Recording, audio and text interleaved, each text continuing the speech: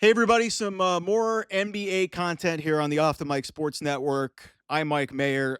So the Cleveland Cavaliers have equaled their win total from the 23-24 season at 48 wins.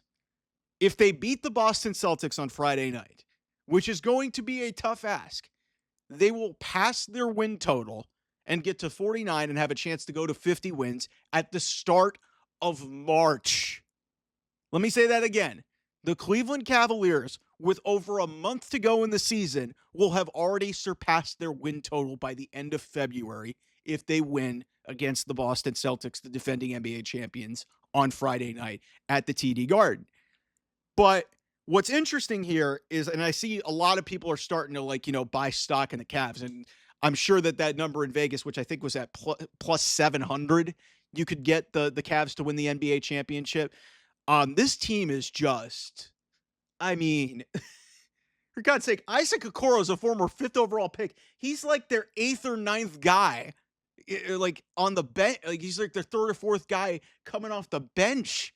DeAndre Hunter, this looks like maybe the best trade of the entire deadline. This guy looks like a seamless fit. Ty Jerome, the Cavs, this is how good the Cavs are.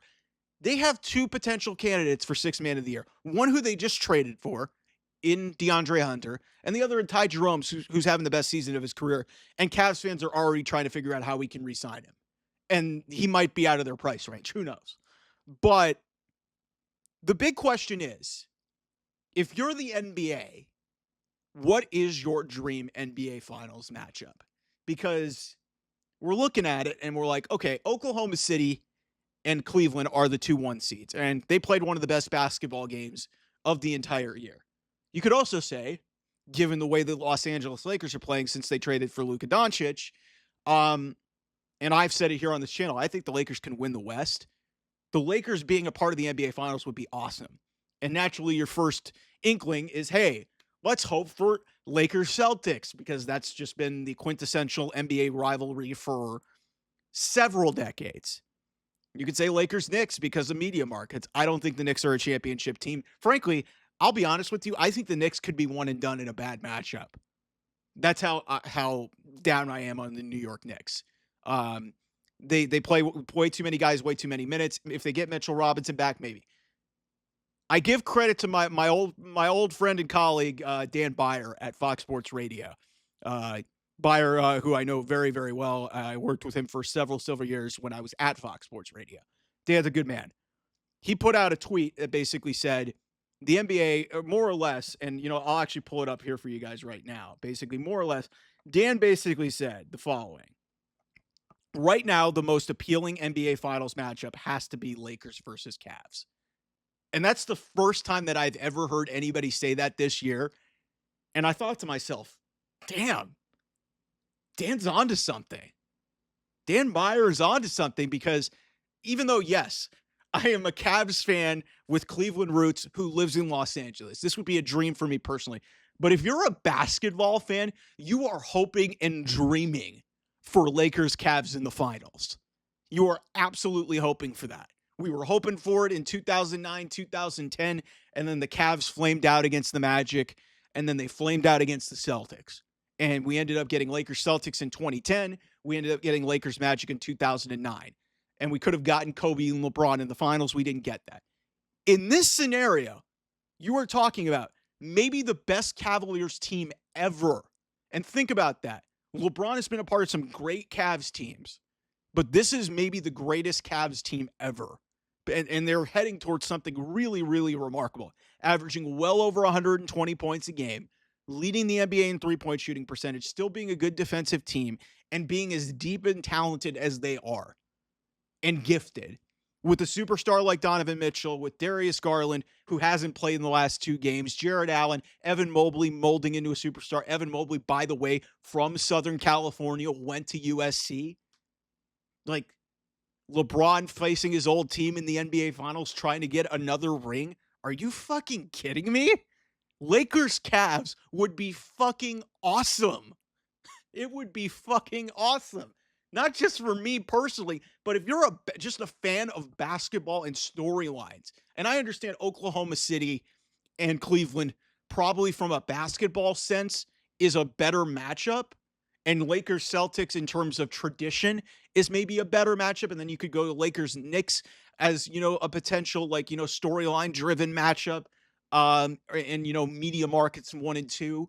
It would be good for the league. But I'm telling you right now, if we get Lakers Cavs in the NBA Finals, that would be one of the great finals matchups, I think, maybe in recent memory, because um, the Lakers are a really good basketball team. They are really good. They were good before they were good before they got Luka. Then they get Luka, and I think they're even better. And my concerns about them defensively have been somewhat addressed.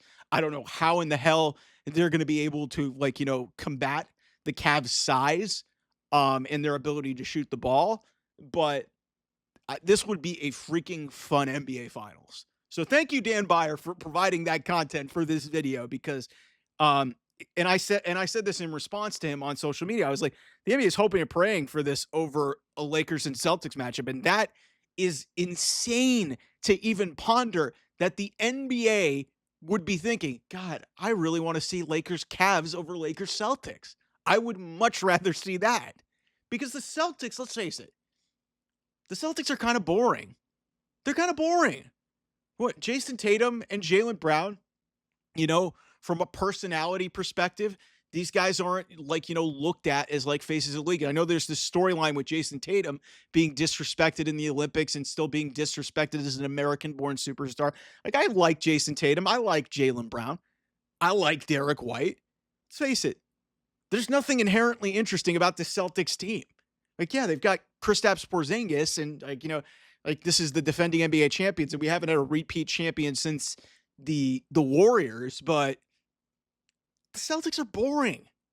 Like, the Cavs, in some respect, in some way, are kind of, boring too, because there's not really, like, a lot of dynamic personalities on it.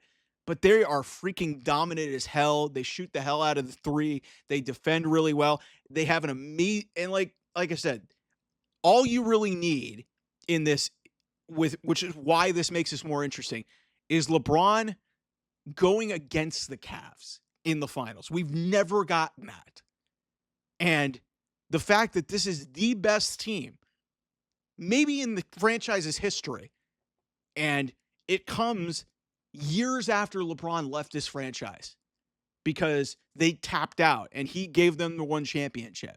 So if LeBron was the roadblock for the Cavs to potentially get to another NBA championship, their second in a decade, that's an amazing matchup. To me, um, I'm hoping and praying for this. I know that, like, media ratings and stuff may not love it, but for God's sake, man, LeBron against his old team, that just chills, goosebumps. Like, there's a rock smacks his arm, goosebumps.